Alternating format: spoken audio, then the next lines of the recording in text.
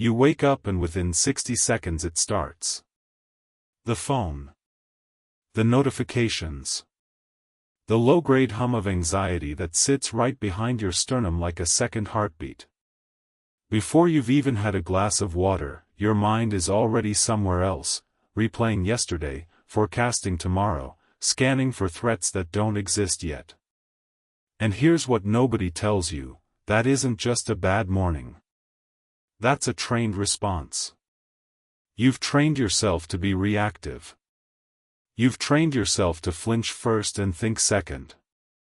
And every single day you keep training it, you are paying for it with the one thing you can't get back, your own clarity, your own presence, your own life. The world rewards the person who can think clearly when everyone else has lost their mind. And that capacity is not a personality trait. It's not something you're born with. It's not reserved for monks on mountaintops or generals in war rooms. It is a trained skill. And right now, you are either training it or you are training its opposite. Most people think calm is something you find. Calm isn't something you find. Calm is something you build. And you build it the same way you build anything, through repetition, through discipline, through choosing the hard thing over the easy thing, day after day after day. Here's the costly mistake most people make. They try to quiet the mind while the body is screaming. They try to think their way out of chaos while running on 4 hours of sleep, 3 cups of coffee, and a nervous system that hasn't felt safe in weeks. They treat stillness like a thought experiment when stillness is a full-body practice. And then they wonder why meditation doesn't work. They wonder why their journaling feels hollow. They wonder why they still don't feel whole, they still don't feel like themselves. The truth nobody wants to say out loud is this: you cannot think your way into stillness. Stillness is not a mental state. It's an alignment. It requires 3 things working together: your mind, your body, and your spirit. If any one of those is chaotic, the other 2 cannot hold. If your body is frantic, your mind cannot be still. If your spirit is unfulfilled, your mind will race. If your mind is cluttered, your body will carry the tension. They are not separate systems. They are one system. And you have been treating them like they aren't. Let's start with the body, because here's what nobody tells you: the body comes first. Not because the body is more important than the mind, but because the body is the foundation the mind stands on.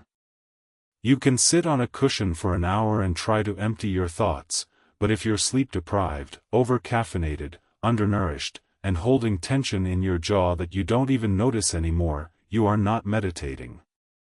You are fighting your own physiology. And physiology always wins. Sleep is the most underrated form of stillness that exists. Not sleep as a luxury. Not sleep as something you'll catch up on this weekend. Sleep as a non-negotiable, as something you protect the way you'd protect your child. Because that's what it is. It's the thing that makes everything else possible. A tired mind cannot be still. A tired body cannot hold steady. A tired spirit cannot find meaning. And yet you keep sacrificing sleep for productivity, as if productivity means anything when you're operating at 60% of your capacity. You keep telling yourself you'll sleep when things calm down. Things will never calm down. You have to calm down. And sleep is how you start. Then there's movement. Not exercise as punishment. Not the gym as a performance. Movement as medicine. Walking, specifically. Walking without your phone. Walking without a podcast in your ears. Walking without a destination. This is something the greatest thinkers in history understood intuitively. They walked to solve problems. They walked to untangle thoughts. They walked because the body in motion has a way of sorting what the mind cannot. When you walk in silence, your subconscious starts doing the work your conscious mind has been failing at. Solutions arrive not because you force them but because you created the conditions for them. You stopped gripping. You stopped straining. You let the body move and the mind follow. Most people call this a morning routine. The Stoics would call it a foundation. Because here's the difference, a routine is something you perform. A foundation is something you stand on. When the ground shakes, you don't need a routine. You need a foundation. And the body is that foundation. Without it, everything else collapses. Now let's talk about the mind, because this is where most people start and this is where most people fail. They start with the mind because it feels like the mind is the problem. The racing thoughts. The overthinking. The spiraling. The inability to be alone with yourself for 30 seconds without reaching for your phone. And so they try to fix the mind with the mind. They try to think their way out of overthinking. They try to worry their way out of worry. It's like trying to put out a fire by throwing matches at it. The mind doesn't need to be fixed. It needs to be emptied. And it needs to be protected. Here's what nobody tells you about your mind: it was not designed for the amount of information you're forcing through it. Your brain is an extraordinarily powerful instrument, but it is not infinite. Every notification, every headline, every text message, every scroll through a feed, that's not free. That costs you. It costs you attention. It costs you focus. It costs you the capacity for deep, original thought. And you've been spending that currency like it's unlimited. You need to limit your inputs. Not mildly. Not sometimes. Aggressively. Turn off the notifications. All of them. Not just the social ones. All of them. Your phone should not be a slot machine in your pocket that you reach for every 40 seconds. It should be a tool you use when you choose to use it. Stop consuming news like it's oxygen. It's not. It's junk food for your anxiety. It makes you feel informed while making you less capable of clear thought. Pick a time. 10 minutes a day. That's it. Anything beyond that is not awareness. It's self-harm dressed up as responsibility.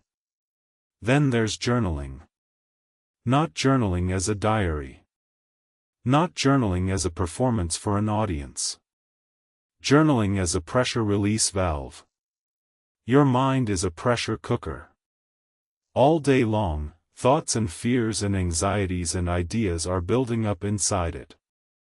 And if you don't open the valve, that pressure doesn't go away. It finds another way out, through your temper, through your sleep, through the tension in your neck, through the shortness of your patience with the people you love. Writing it down moves it from the inside to the outside. It takes the chaos and puts it into words, and words have structure, and structure is the beginning of order. You don't have to write something profound. You just have to write something honest. What are you afraid of? What are you avoiding? What is the thing you keep thinking about but won't say out loud? Write it down. Look at it. You'll be amazed at how much smaller it gets when it's on a page instead of in your head. And then there's the pause. This is the most important thing I can tell you about the mind. Between something happening to you and your response to it, there is a space. Most people don't know that space exists. They think stimulus and response are the same thing. They think reaction is inevitable. It's not. There is a gap. And in that gap lies everything: your freedom, your power, your dignity as a human being. The person who can stay calm when everything is falling apart is not the person who feels less. They are the person who has trained themselves to find that gap. To widen it. To stand in it for 1 second longer than the version of themselves who would have reacted. 1 second. That's all it takes. 1 second between the insult and the reply. 1 second between the bad news and the response. 1 second between the urge and the action. In that second, you are not an animal. You are not a machine. You are a person making a choice. And that choice is everything. Most people call this self-control. I call it stillness. Same thing. The ability to not move when everything in you wants to move. The ability to not speak when everything in you wants to speak. The ability to sit with discomfort and not run from it. That is stillness. And it is a skill. And it can be trained. Now the spirit. This is the domain people understand the least and need the most. Because here's what nobody tells you: you can have a still mind and a healthy body and still feel like you're falling apart. You can do every meditation, eat every right food, sleep 8 hours, and still wake up with a hole in your chest. That hole is not a mind problem. That hole is not a body problem. That is a spirit problem. And no amount of mindfulness will fill it. The spirit is about purpose. It's about meaning. It's about the answer to the question that you keep avoiding because you're afraid the answer might be uncomfortable. What are you doing all of this for? What is the point? Not what should you do. Not what would look good. Not what would make other people respect you. What is the thing that, if you were doing it, you would feel like yourself? Most people can't answer that question. And that's why they're restless. That's why they're anxious. That's why they can't sit still even when everything is fine. Because everything is not fine. Everything is fine on the surface and empty underneath. And the mind knows it even if you won't admit it. Here's the truth: if your highest goal is external success, money, status, approval, you will never have stillness. Because those things are moving targets. They are never enough. You get the promotion and within a week you're thinking about the next one. You get the validation and within a day you need more of it. It's like drinking salt water. The more you drink, the thirstier you get. The Stoics understood this 2,000 years ago. They said, choose virtue as your highest goal. Not because virtue sounds noble. Because virtue is the only goal that doesn't depend on anything outside of you. Integrity. Courage. Honesty. Kindness. Discipline. These are things you control completely. No one can take them from you. No circumstance can destroy them. When you orient your life around being a certain kind of person rather than getting a certain kind of result, something shifts. The noise gets quieter. Not because the world changed. Because you did. And then there's anger. Anger is the ultimate enemy of stillness. It is hot where stillness is cool. It is chaotic where stillness is ordered. It is loud where stillness is silent. And most people don't understand their own anger. They think they're angry because of what someone did. They're not. They're angry because they expected the world to be a certain way and it wasn't. They're angry because they feel out of control. Anger is what happens when reality collides with expectation and you refuse to update the expectation. So you hold on to it. You carry it. You let it calcify into resentment. And that resentment becomes a permanent low-grade fever in your spirit that makes stillness impossible. You have to let it go. Not because the person who wronged you deserves forgiveness. Because you deserve peace. Forgiveness is not about them. It's about you. It's about closing the account so you stop paying interest on a debt that isn't yours. Anger is a tax you pay on someone else's behavior. Stop paying it. And while you're at it, forgive yourself. For every mistake you're still carrying. For every version of you that wasn't as good as the version you are now. For every opportunity you missed, every relationship you mishandled, every moment you wish you could redo. You can't redo it. You can only stop letting it poison the present.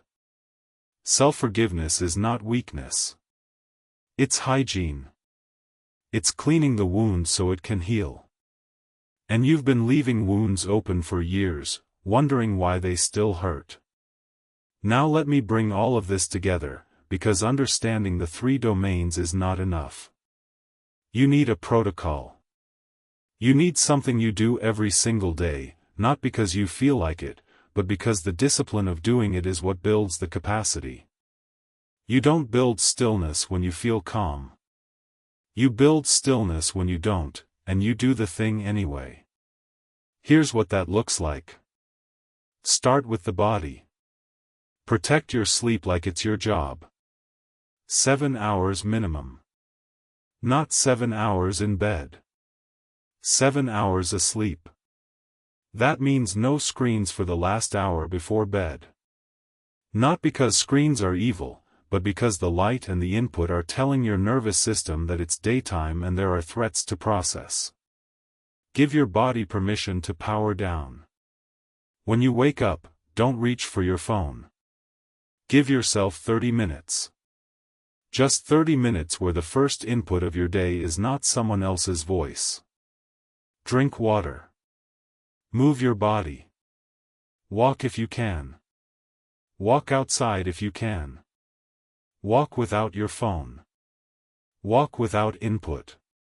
Let your body move and your mind settle. This is not wasted time. This is the most productive thing you will do all day, because it creates the conditions for everything else. Then the mind. Journal. Every morning, before the world gets in. 5 minutes. Not a diary. A dump. Everything you're afraid of. Everything you're avoiding. Everything that's circling. Get it out of your head and onto the page. Then, throughout the day, practice the pause. Every time something happens, a text that makes your stomach tighten, an email that makes your jaw clench, a conversation that makes your heart rate spike, stop. 1 breath. 1 second. That's the gap. Stand in it. Ask yourself, is this reaction necessary? Is this response mine, or is it automatic? Then choose. Not react. Choose. And limit your inputs. This is not optional.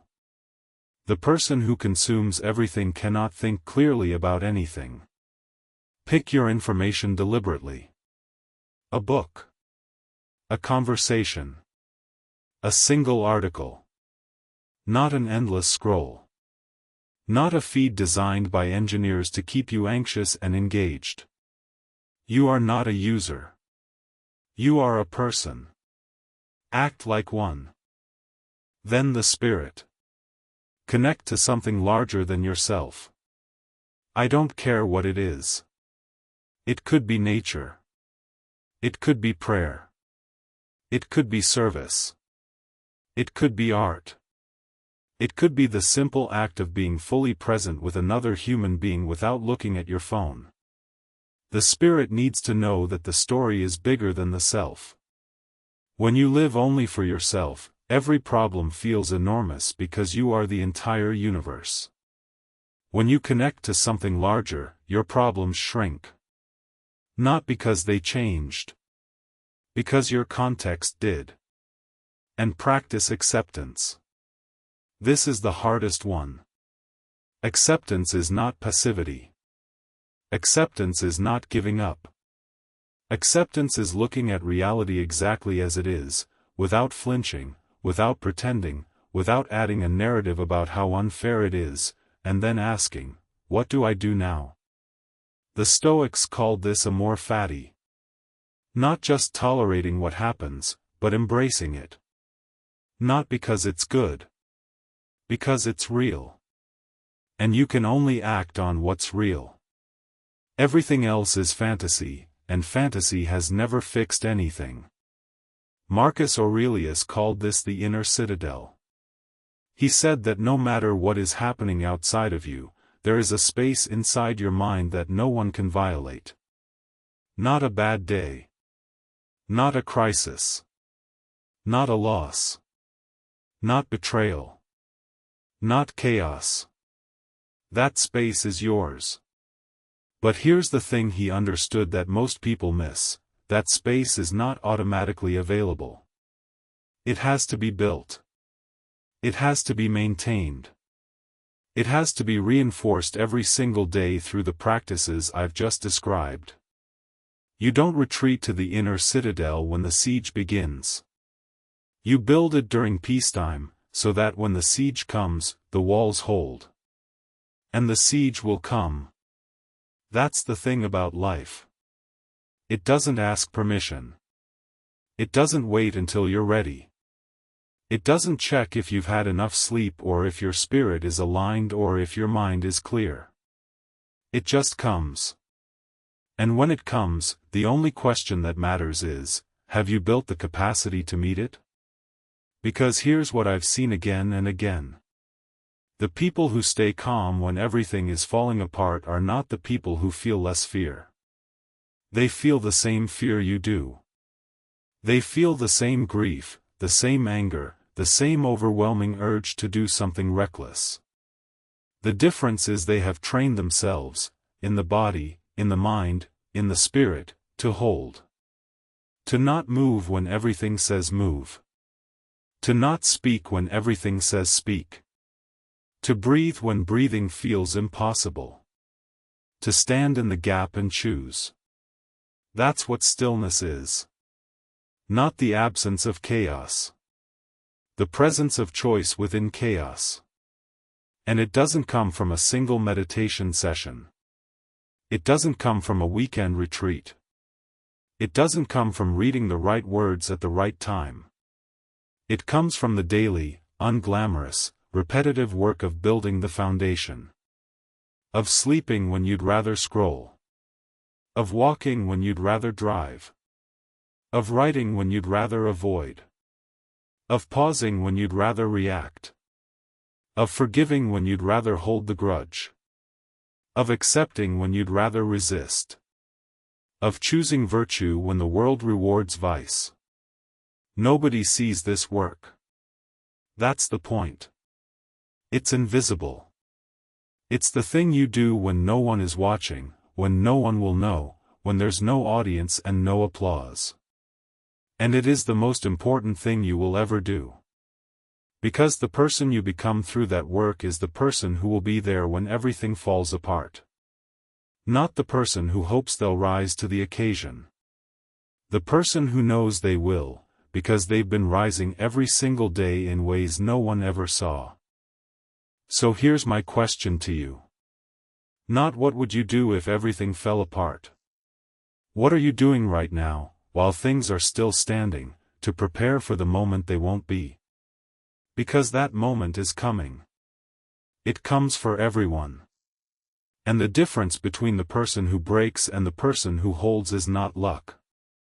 It's not genetics. It's not circumstance. It's preparation. It's the work. It's the daily, quiet, invisible work of building stillness into your body, your mind, and your spirit until it becomes who you are. Stillness is not something you find. It's something you build. And you build it now. Not later. Not when things calm down. Now. Because later is too late, and now is all you have. Stay still. Stay steady. Choose stillness over noise. Choose presence over panic. Choose the foundation over the performance. And when everything falls apart, and it will, you will be the one who holds. Stay disciplined.